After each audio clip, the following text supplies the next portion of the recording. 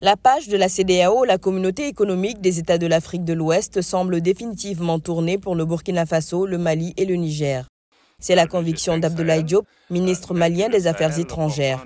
Il a assuré jeudi 27 juin en Belgique que les trois pays qui ont quitté avec fracas l'institution régionale pour fonder en septembre 2023 l'AES, l'Alliance des États du Sahel, étaient dans une logique de construire une intégration régionale qui offre plus de marge de manœuvre à leurs États et à leurs peuples respectifs.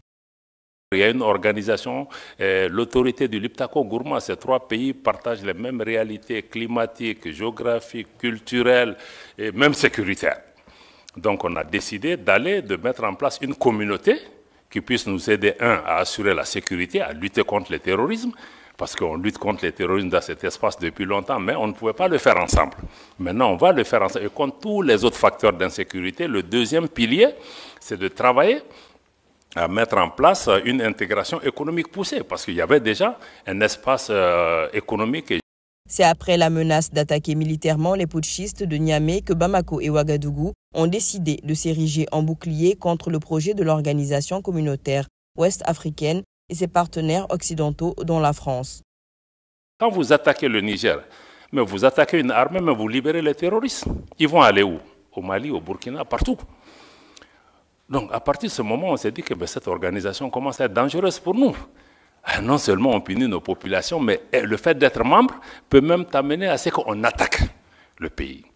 Donc, c'est là que le Mali et le Burkina ont décidé que si la CEDEAO attaque le Niger, mais nous qui considérons que nous, on est entré en guerre contre l'organisation. Et c'est à partir de cet instant que nous avons mis une alliance militaire défensive.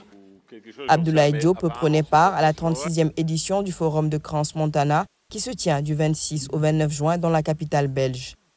Qu'on soit pour la CEDEAO, pour l'UEMOA ou comprenez qu'avec l'AES, il y a une nouvelle donne géopolitique qui est là. Que vous l'aimez, que vous ne l'aimiez pas, peu importe. 2.